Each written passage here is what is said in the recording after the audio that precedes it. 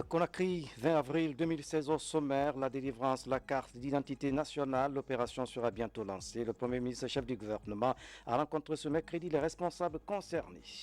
Un ambitieux projet de réinsertion socio-économique vient d'être lancé à Conakry. Il est financé par l'Union européenne. Objectif, réduire la pauvreté et consolider la paix. Plus de 3 millions de CD piratés incinérés, le Bureau guinéen des droits d'auteur affiche sa détermination à mieux protéger les œuvres des artistes. Mesdames et messieurs, bonsoir. Merci de votre attention et bienvenue dans cette édition. Le chef de l'État, professeur Alpha Condé, a reçu ce mercredi en audience une mission de l'Union européenne. La mission a apprécié les progrès réalisés par la Guinée dans la lutte contre la pêche illicite. Ibrahima Keïta fait le résumé de cette rencontre. La sous-secrétaire d'État à la gouvernance, à la sécurité et à la justice des États-Unis d'Amérique cet après-midi au palais Sékou Touré, reçue en audience par le président de la République, professeur Alpha Condé, Sera Sawel était venu s'enquérir du niveau d'évolution de la réforme de la justice guinéenne. Avec le chef de l'État, les discussions ont porté sur l'assistance des États-Unis d'Amérique à la Guinée dans le cadre de cette réforme. Dans cette trajectoire, le président de la République, professeur Alpha Condé, après avoir remercié le gouvernement américain pour son assistance dans plusieurs domaines en Guinée, a souhaité l'accroissement de l'intervention de ce pays ami dans la poursuite des efforts du gouvernement pour une justice au service des justiciables. C'était bien de venir ici auprès du président et apprendre tous les progrès que vous avez fait, les pas de gens en fait qui viennent d'être faits. Et nous voulons promettre encore davantage d'assistance à la République de Guinée, en fait, pour pouvoir effectivement faire davantage dans le cadre de l'instabilité dans la sous-région et apporter notre assistance nécessaire. Et parmi les choses qu'on a pu aider à réaliser, se trouve la réforme du système judiciaire avec son Excellence Sako, et ça, nous en sommes heureux du progrès qui est en fait réalisé à ce jour.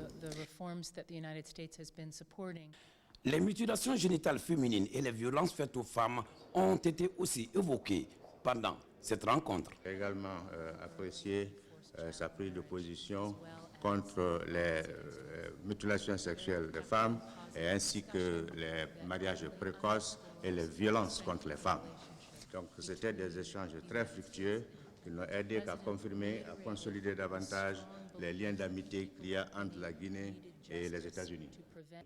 Pour le ministre guinéen de la Justice, l'aide américaine apportée à la chaîne pénale permettra à la Guinée d'atteindre les objectifs de lutte contre l'impunité. On a encore dit aux autorités américaines l'aide qu'on attend d'eux. Ça a été déjà discuté au niveau du président de la République et des autorités américaines. Moi, j'ai fait que suivre cette demande. L'aide apportée à la chaîne pénale nous permettant ainsi de lutter contre l'impunité et d'organiser dans les règles de l'art toutes les procédures pénales qui existent chez nous, notamment l'affaire du 28 septembre, mais d'autres choses également. Vous avez certainement dû comprendre, le président de la République, professeur Alpha Condé, s'est donc entretenu avec la sous-secrétaire d'État américain à la gouvernance, sécurité et justice. Il a été question de l'évaluation de la réforme de la justice en Guinée. Au tir des observateurs, les résultats encourageants sont enregistrés. Le chef de l'État, professeur Alpha Condé, a donc reçu en audience une mission de l'Union européenne. Je vous le disais tantôt, la mission a apprécié les progrès réalisés par la Guinée dans la lutte contre la pêche illicite. Ibrahima Keïta fait le point. Le président de la République, professeur Alpha Condé, a reçu une mission de l'Union européenne. Cette mission était venue faire l'état des lieux des performances de la Guinée en matière de la lutte contre la pêche illicite. Porteur d'un message du commissaire en charge de l'environnement, des affaires maritimes et de la pêche de l'Union européenne, le chef de la mission a remercié le chef de l'État pour les progrès enregistrés par la Guinée à travers la nouvelle politique initiée par le gouvernement. Le président de la République, professeur Alpha Condé, a surtout insisté sur la poursuite des efforts afin que la Guinée retrouve sa place dans cet espace. Pour le chef de la mission de l'Union européenne, les progrès de la Guinée sont à saluer car ils augurent de belles perspectives. J'ai eu le privilège de transmettre à M. le Président une lettre du commissaire Vella, commissaire en charge de la politique environnement, des affaires maritimes et de la pêche à l'Union européenne, dans laquelle un message important a été transmis au président, une reconnaissance du rôle du président dans cette bataille contre la pêche illégale, et aussi a été l'occasion de faire le bilan avec le président des discussions que nous menons avec le gouvernement, en particulier avec le ministre Loua, ministre de la Pêche, depuis déjà quelques mois, et de communiquer notre bilan positif et notre remerciement pour toutes les mesures techniques qui ont été prises d'une façon courageuse et qui nous amènent à pouvoir tirer un bilan positif de cette mission. Alors, conclusion positive, il y a encore beaucoup de progrès à faire, il y a encore beaucoup de mesures à mettre en place, comme Monsieur le Président nous a rappelé, mais les bases des nouvelles politiques ont été bâties et en conséquence, on va relancer notre coopération dans ce domaine. Pour le ministre de la Pêche et de l'économie maritime, il s'agit de suivre les instructions du chef de l'État pour enfin relever les défis du secteur. C'est bien beau de tirer les leçons du passé, mais ce qui importe, c'est de voir qu'est-ce que nous pouvons faire ensemble pour l'avenir. Et c'est sur ça que nos discussions ont porté et nous sommes en train de définir nos prochains axes de coopération pour que la Guinée et l'Union européenne puissent poursuivre leurs relations de coopération pour le bien des deux parties. C'est ce que nous avons dit au président de la République, qui nous a instruit à poursuivre les efforts, surtout que nous avons retenu que ce qui a été fait dans le passé n'était pas tout à fait recommandable et nous devons tout faire pour ne plus qu'on retombe dans les mêmes situations. Alors c'est l'engagement qu'on a pris au président, que nous allons poursuivre les efforts et maintenir ce climat de confiance qui s'est établi entre nos partenaires de l'Union européenne et la Guinée. La Guinée est incontestablement sur la bonne voie pour reprendre la place qui est la sienne en matière de lutte contre la pêche illicite ou illégale. L'autre temps fort de cette édition, la délivrance des cartes d'identité nationale a fait l'objet d'une rencontre ce mercredi au ministère de la Sécurité. Elle a mobilisé les responsables des services de sécurité. C'est le Premier ministre chef du gouvernement qui a présidé la rencontre. Voici le reportage signé de Adi Kamara et Kabasouma. L'obtention des documents d'identification est devenue un véritable casse-tête pour les Guinéens, tant à l'intérieur qu'à l'extérieur du pays. Face donc à cette problématique, le gouvernement guinéen, sous la férule du professeur Alpha Condé, fait feu de tout bois pour soulager la population. Ici, devant tous les acteurs impliqués dans le processus d'élaboration et de délivrance des cartes d'identité nationales, le ministre d'État chargé de la sécurité et de la protection civile, Maître Kabele Kamara, a déroulé un certain nombre de mesures devant permettre d'obtenir cette carte. Les commissariats centraux ne prendront en compte que les dossiers des demandeurs résidant dans leur ressort territorial. La présence physique de tous les demandeurs de cartes d'identité est obligatoire. Les actes de naissance produits devront être validés par les services de l'état civil du ministère de l'administration du territoire et de la décentralisation. Les postulants seront soumis à une interview.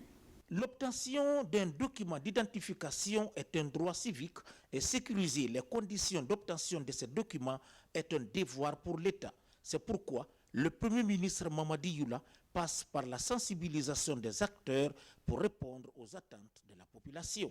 Nous avons constaté effectivement aujourd'hui qu'il y a des difficultés dans la question de délivrance des documents d'identification pour nos concitoyens. Nous avons aussi écouté bien sûr la demande des populations justement pour bénéficier donc de ces documents.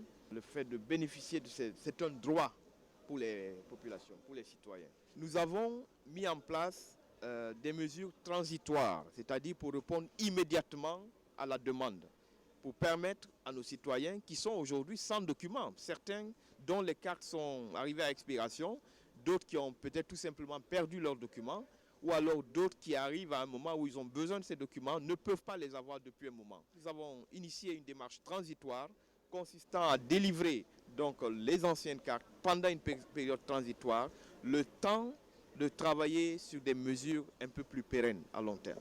Ce sont les anciennes cartes d'identité nationale qui reviennent pour une période donnée avant la mise à disposition des nouvelles cartes d'identité biométriques et le prix est fixé à 15 000 francs guinéens. Il est temps d'appliquer la meilleure transparence dans la gestion de ces cartes. Selon les autorités, en cas de violation des dispositions légales, la loi sera appliquée dans toute sa rigueur.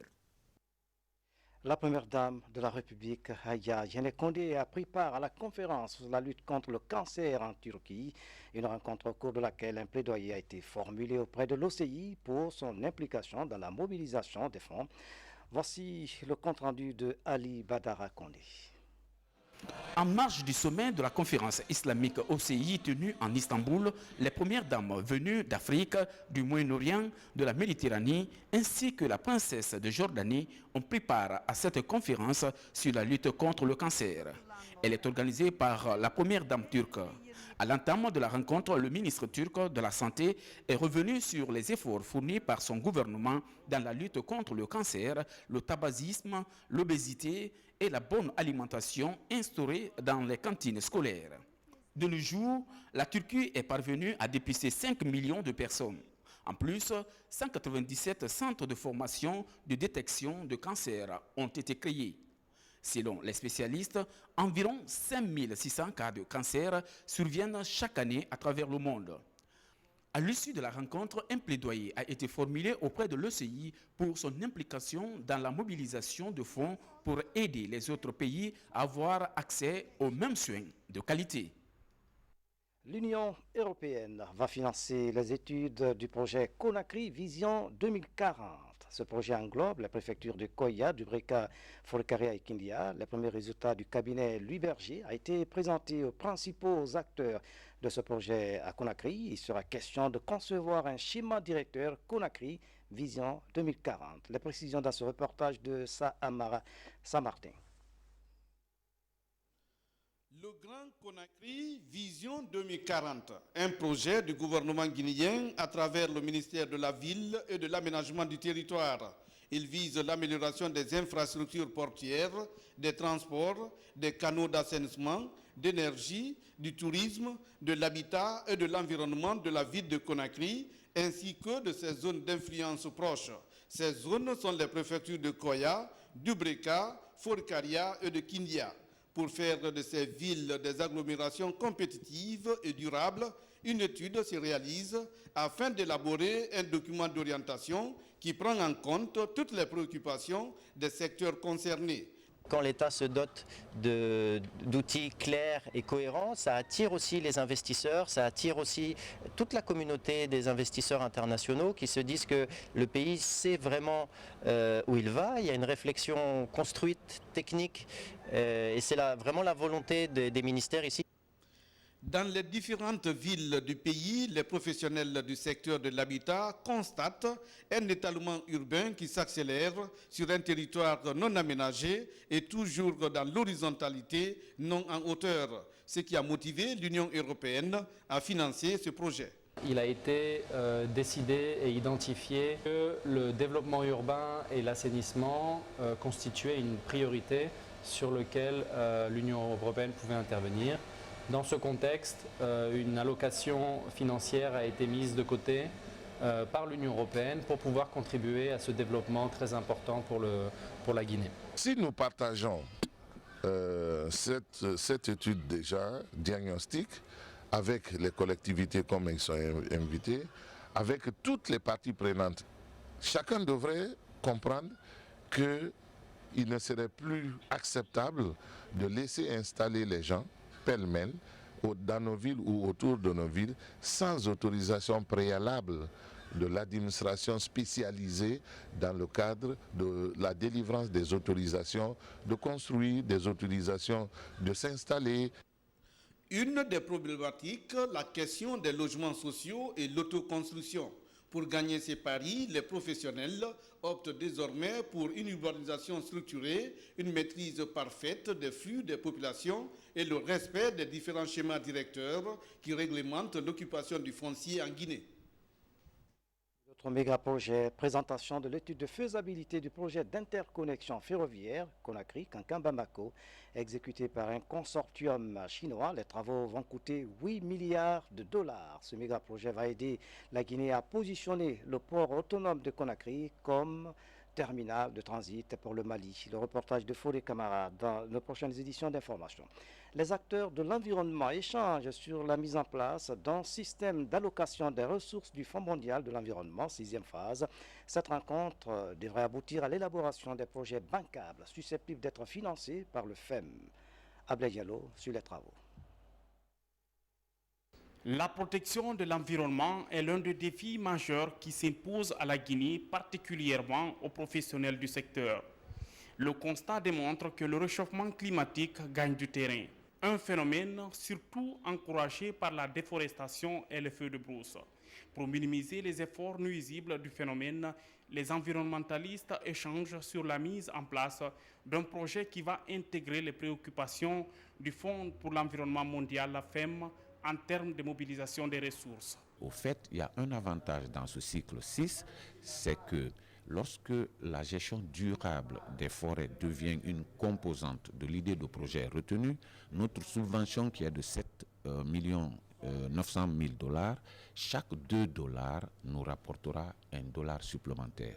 Et cette approche a retenu l'attention des participants, donc l'idée qui va être retenue retiendra effectivement une composante. Donc notre subvention qui est de 7,950 millions atteindra les 12 millions $. Au terme des travaux, les experts doivent formuler et valider les projets d'intérêt national, toutes choses qui concourent de manière substantielle à mener le combat commun contre la destruction de l'environnement. Là, on ne peut qu'appuyer de tels projets, surtout que maintenant nous sommes dans l'optique de la création des parcs et réserves, des aires protégées. Tout récemment, nous sortons aussi d'un atelier qui est très intéressant. Il s'agit de créer une aire protégée au niveau de Gawal, Mamon, Dabola et Dinguiraï. L'espace dont je parle là recouvre en lui seul 5 000 individus de chimpanzés sur 25 000 en République de Guinée. Ça, c'est une fierté mondiale. Cette rencontre est la 10e du genre après celle organisée en février dernier. Elle constitue une aubaine pour la Guinée dans la mesure où les enjeux du réchauffement climatique et ses corollaires dominent les débats. Je vous le disais en titre, le gouvernement guinéen vient de lancer un ambitieux projet de réintégration socio-économique. Ce programme est financé par l'Union européenne et vise à lutter contre la pauvreté, à consolider la paix. Tierno Ousmane Diallo signe ce reportage. 2000 personnes vont bénéficier du programme national de réintégration socio-économique. Ce programme de 4 400 000 € a pour but la création d'emplois pour sortir les populations cibles de la précarité après avoir vécu une situation troublante à l'image des femmes victimes des événements du 28 septembre. Mais sous la tutelle du ministère en charge de l'enseignement technique, de la formation professionnelle, de l'emploi et du travail, le programme va aussi permettre la réintégration socio-économique des personnes initiées au maniement des armes non intégrées au sein des forces de défense et de sécurité. Par la mise en place d'un mécanisme de réintégration durable, ce projet constitue une contribution au programme pilote national de réintégration socio-économique. La mise en œuvre de ce programme va se réaliser à travers la création d'emplois temporaires et des opportunités économiques durables pour les populations à risque d'exclusion sociale, la promotion de la cohésion sociale et la mise en place d'un mécanisme favorisant l'épargne, permettant ainsi à chaque participant de se constituer un capital dans le but d'investir dans une activité génératrice de revenus plus durable. Ce programme est un des volets du projet d'appui à la réforme du secteur de sécurité financé par l'Union européenne à travers le 10e FED.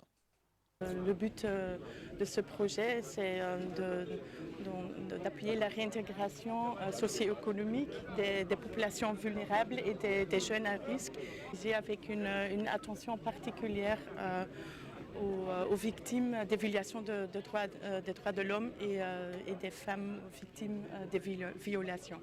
Les bénéficiaires ne sont tous pas identifiés pour l'heure. Un travail de fond va être effectué avec les responsables locaux de la préfecture de Kissidougou et des communes de Ratoma et de Matoto, les 3 zones concernées par le programme. Les cibles du projet, c'est les jeunes à risque et une partie de la population vulnérable. Alors, ces jeunes et la population vulnérable qui vont être les futurs bénéficiaires vont être sélectionnés selon un certain nombre de critères qui seront validés par une commission qui va composer l'ensemble des couches au niveau des communautés. Le ministère de la Jeunesse est un des partenaires dans la mise en œuvre de ce projet qui prendra fin le 29 janvier 2019 après 4 ans d'activité. Une aventure qui devrait permettre de consolider la paix en offrant des opportunités d'épanouissement aux personnes vulnérables et jeunes à risque. Le programme concerté de renforcement des capacités de la société civile et de la jeunesse tient sa 8e Assemblée générale à Kindia. Cette session du projet mobilise plus de 150 participants venus de la France et de la Guinée. Makale Souma, Alia Kamara, reportage. Les organisations de la société civile guinéenne et française sont actuellement dans la ville des Agrumes pour dialoguer sur l'essentiel, le développement de la Guinée. Le projet qui les réunit est à sa dernière phase programme. Une phase de 3 ans qui doit permettre d'appuyer les dynamiques déjà engagées. Cette phase est très importante puisque c'est cette phase qui va nous permettre de construire la pérennisation des différentes dynamiques que nous avons entreprises avec l'ensemble des organisations de la société civile guinéenne. Il s'agit de la jeunesse, il s'agit de la question des mines, de la transparence financière, des droits de l'homme, de la démocratie, de l'état de droit.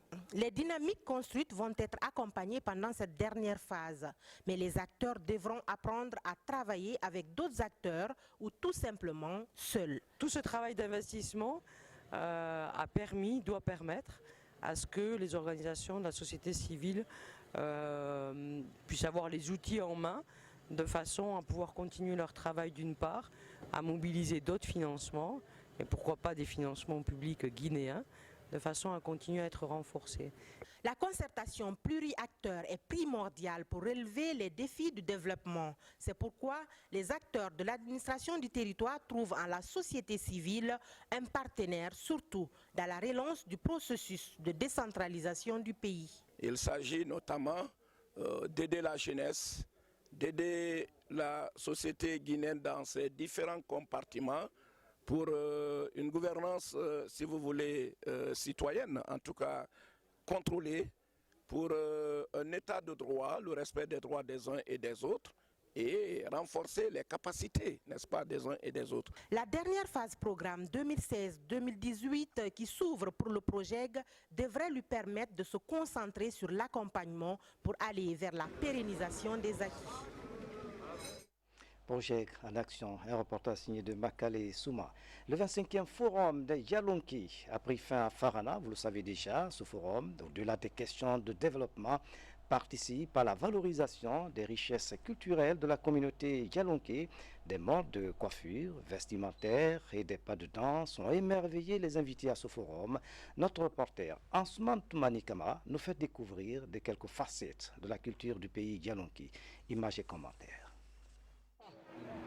À chaque forum annuel des Yalonki, la toute première image frappante et attrayante est celle des uniformes. Ils sont de plusieurs designs et de plusieurs couleurs. Chaque localité participante vient avec son propre uniforme. Une obligation aux habitants, en majorité des femmes, pour signifier l'harmonie. Une journée dédiée à l'exhibition des uniformes est soldée par le baptême de ces tenues. Les uniformes veulent dire quoi? Que tout le village s'est entendu pour porter le même habit ce jour. C'est un signe de paix, d'entente, de cohésion sociale. Donc tous se regroupent pour dire, cette année, c'est l'uniforme là que nous allons porter. Et quand on la porte, vous avez vu, chaque village donne le nom de son uniforme à un homme. Tous, nous formons un et un seul individu, indivisible. Donc on choisit la même uniforme, on donne le nom à une même personne. Et c'est ce que vous voyez. Les villages. Les Yalonké sont classés parmi les plus anciennes communautés de Guinée. Leur culture est encore peu connue malgré sa richesse et sa diversité. En plus de l'uniforme, la coiffure en pays Yalonké est événementielle et pleine de signification. Cette coiffure s'appelle en bon Yalonké Falibatourna. Comme vous le voyez, cette dame, elle porte une coiffure. Cette coiffure-là se fait en saison sèche, après les récoltes. C'est-à-dire que les greniers sont pleins. Maintenant, il y a de la joie dans le village. Et on procède par exemple à la circoncision des garçons. Alors, on peut aligner 50 100, parfois même 150 garçons qu'on circoncis. Alors toutes les femmes qui ont ça sont concernées. Mais celles qui sont le plus concernées, c'est celles dont les enfants sont dedans, doivent être circoncis. Et elles mettent des trucs particuliers sur la tête. Par exemple, les coris ou encore les petits barres de fer, les petites barres de fer que vous voyez, ainsi de suite. Ça veut dire qu'au moins un de ces enfants est concerné par la circoncision cette année-là. Le folklore dialonké est aussi riche en chansons et pas de danse. Chaque catégorie socio-professionnelle a sa musique, ses pas de danse et ses instruments de musique.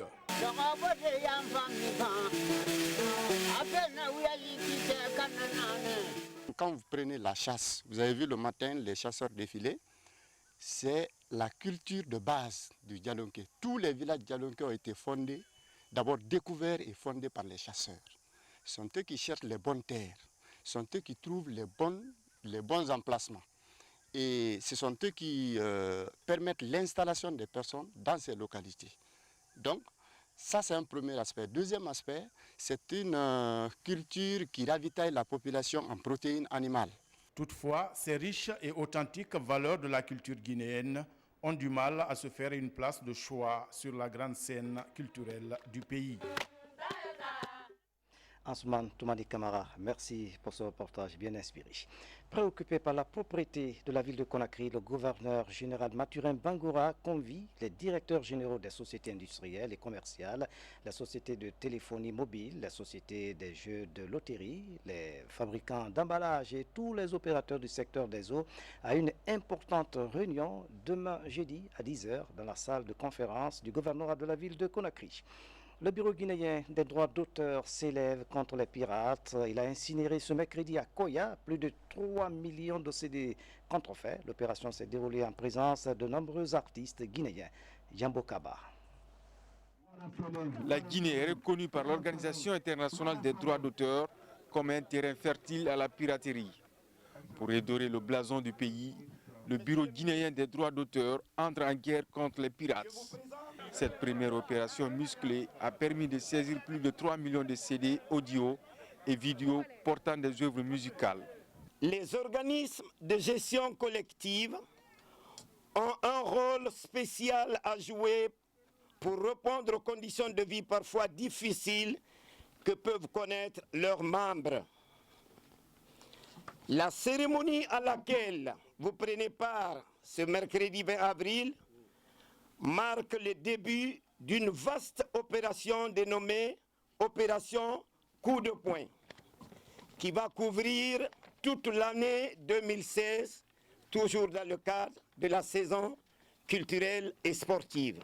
Vous savez que l'Organisation mondiale de la propriété intellectuelle travaille ensemble avec les artistes dans le sens de leur aider à protéger leurs œuvres. Et lorsque ces œuvres sont piratées, ça pose problème de droit. Donc cet acte est un acte à encourager et je félicite le ministère du Sport et de la Culture pour avoir pris cette décision très courageuse, ainsi que le Bureau guinéen des droits d'auteur. L'occasion est mise à profit par les hommes de culture pour insister sur la vigilance et la collaboration des populations afin de mettre fin à la piraterie des créations culturelles. Les personnes qui fabriquent ces CD-là sont des Guinéens, ils sont ici. Les matériels là ont été saisis avec ces personnes. Mais nous avons des matériels ici, mais les personnes ont été purement et simplement relâchées. Nous avons condamné ça. La gendarmerie a fait son travail, mais ils ont été mis à la disposition de la justice, comme la loi le demande, mais ils ont été relâchés. La culture guinéenne a été poignardée par des pirates. Vous avez 3 millions de CD saisis. Les 3 millions de CD constituent 3 millions de coups de poignard dans le dos de la culture guinéenne. Et c'est ce que nous essayons de venger aujourd'hui. Nous sommes engagés à lutter contre cette pratique. Cette pratique néfaste. Nous allons en croisade contre cette pratique. Nous allons désormais en guerre. La guerre est ouverte contre la piraterie. Ce combat implique le ministère de la Culture. Celui-ci n'attend plus se limiter à la simple incinération des supports audio et vidéo de contrebande. Le ministre prévoit dans les jours à venir l'ouverture des poursuites judiciaires contre les pirates. C'est une opération à encourager. L'Alliance guinéenne pour l'éducation et le développement organise à Washington son gala annuel. Les fonds collectés serviront à payer les études des jeunes Guinéens issus des milieux défavorisés. Nous y reviendrons. C'est la fin de cette édition. À tous, merci de nous avoir suivis. Excellente soirée. Où que vous soyez dans le monde. À demain.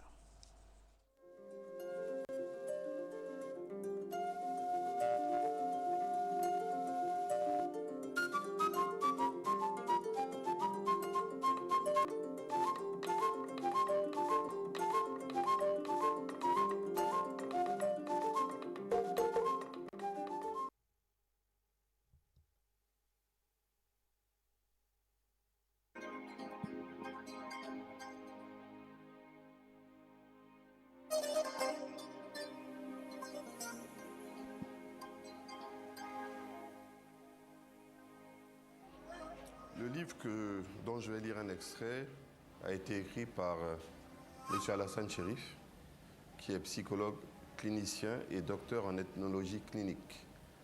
Ces paroles prennent l'essentiel de leur source dans les paroles de fondation. Le concept du mythe dans sa particularité africaine. On peut aisément admettre que le mythe n'est pas un conte. En effet, même si les deux genres constituent deux modes expressifs de l'imaginaire et de transmission culturelle, là où le mythe exprime une vérité, le conte, lui, embellira le récit dans le merveilleux et induira une tentative à s'identifier aux héros de l'histoire. Le mythe n'est point non plus un genre littéraire car il risquerait de se trouver dans une confusion avec la fiction et serait le fruit d'une individualité caractérisée. Par ailleurs,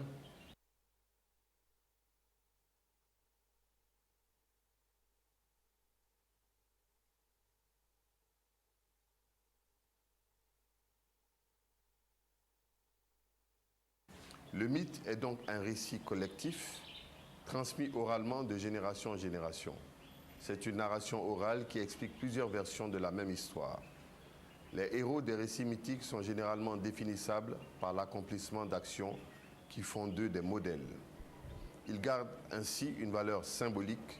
De ce fait, on peut retrouver le même mythe dont les faits sont relatés à des périodes différentes, par conséquent, hors du temps historique. Je suis Damanta Albert Camara, je suis le ministre de l'Emploi, de l'Enseignement technique, de la formation professionnelle et du travail et je soutiens Conakry, capitale mondiale du livre, en 2017.